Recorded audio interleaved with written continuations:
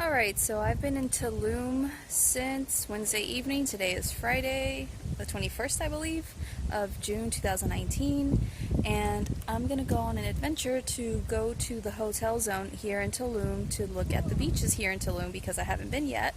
So I'm really excited about going and exploring that and seeing what the beaches are like and just getting a better feel for the area. So I'm going to show you that today. I'm here on the bike that I got from my Airbnb. They provided me with a bike, so I'm going to go and check that out. I'm super excited.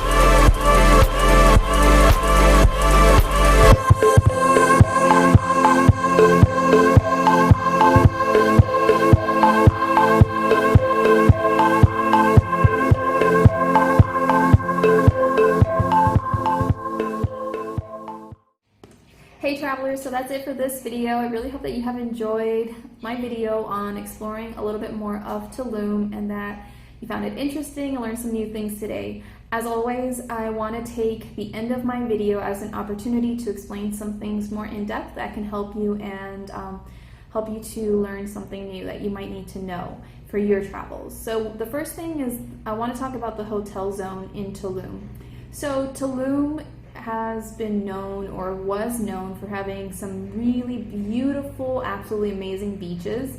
The whole Riviera Maya actually was known for really having these absolutely incredible blue, clear blue, light blue beaches, and Tulum especially was really well known for that. And that's why the hotels along the hotel zone in Tulum were super popular because you got to experience these beautiful beaches. However, in the last few years, I believe they told me had been about 5 years or so. So this is, I'm talking about June 2019, so 5 years before that. In the last few years, they started having an issue with sargassum algae.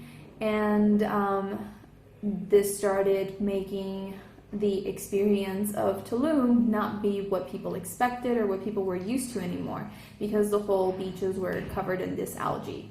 So I decided to use Google Maps to get myself from my Airbnb to the hotel zone in Tulum via my bike that I had been given by my Airbnb. And I went along the main street in Tulum and down this kind of highway and then up into where I shared with you in this video this kind of portal or entrance that said Zona Arqueológica Tulum or something like that, which is Archaeological Zone Tulum. And I went through there, and that's where all the hotels along the beach are. And so again, this used to be really popular. This used to be kind of pricey for some people. And that's where the free beaches are in Tulum. So I decided to go there. I stopped at one of the first few beaches there because I was tired of cycling by then, because it took me like nearly 30 minutes, I think, to get from my Airbnb all the way over there in the heat. So I didn't want to keep cycling that much further. Had I kept going along that road, though, I would have eventually gotten to the archaeological site in Tulum, but I didn't. I decided to stop at one of the first few beaches that I got to, and when I got to one of the entrances, because they're not so easily visible, when I asked around and stuff to find an entrance, and when I got to one of the entrances, there were like these piles of sargassum algae there, and it smelled really bad, like rotting fish. And anyway, I still went through, and I got to the beach. I don't know what's going on out here, ambulances and stuff. And I got to the beach, and the beach was, you know, flooded with a lot of algae, more so than what I had seen in Playa and Cancun. Tulum had the worst sargassum algae. And but you know, I had been in Mexico for maybe 3 to 4 weeks by that point, and I hadn't gone in the water at all because of all the sargassum, and just didn't work out for me to get in the water before. So I was determined to get in the water, so I still got in there with all the sargassum and everything. But it is literally flooded, and it gives the water a not so pretty color. Obviously, it kind of looks dirty, and it might make you feel uncomfortable to have all that algae all around you and your legs and stuff. So that's something that I wanted to mention there. A lot of people attribute this to global warming and, you know, pollution, all that stuff. And I can't really say for sure when the sargassum algae will completely disappear, or when there are best periods or seasons for it to show up.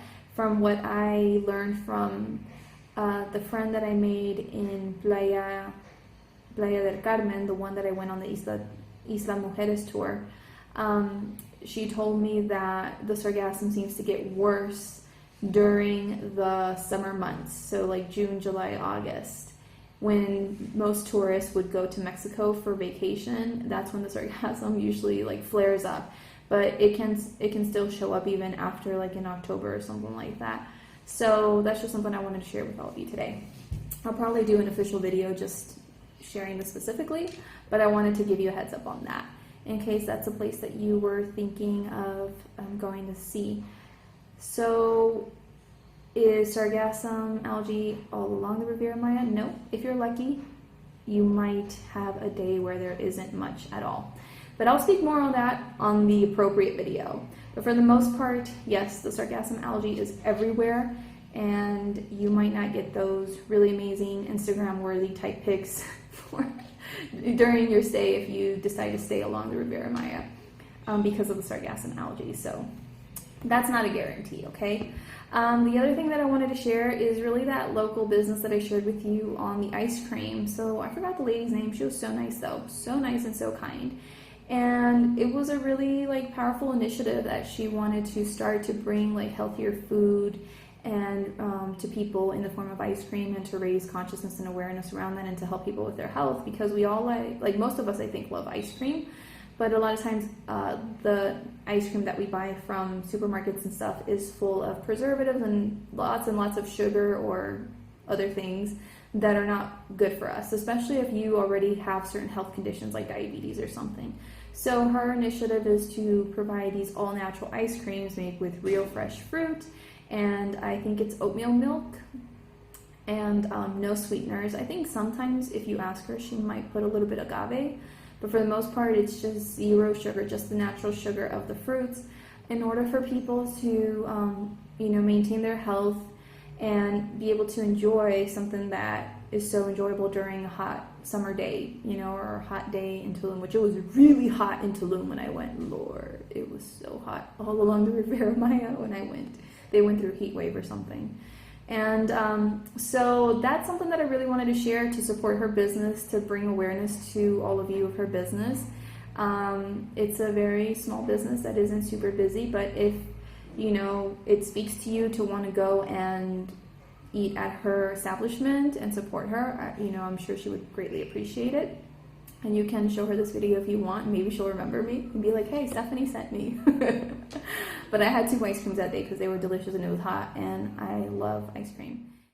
So that is officially it for this video and everything I have to say on it. I really hope that this information has helped you in some kind of way with your travels, with deciding where to go in Mexico, when to go to Mexico, all that jazz.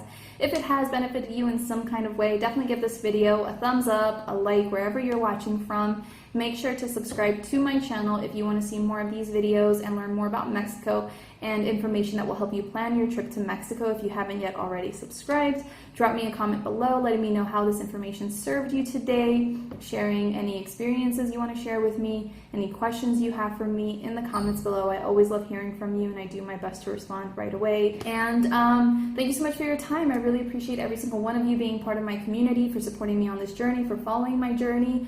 And if you want to stay in touch with me, definitely make sure to look at the description below for my social media links. I also have another YouTube channel called Stef Coaching. It's where I do my stuff on coaching and spirituality, business, mindset. That is what I'm about. That is what I do for a living, to be able to keep traveling wherever I want to go and do the things I do. And that's where I'm currently sharing my adventures around Colombia at this time, because I'm actually in Colombia. It's been months since I did this video. And so I share things that I'm doing in Colombia at this time, and you will eventually see those Colombia videos at some point. But for right now, I'm getting caught up with Mexico. So thank you so much. Make sure to watch any other relevant videos that might interest you, because they'll pop up here somewhere. And I will see you in the next video. Take care. Bye.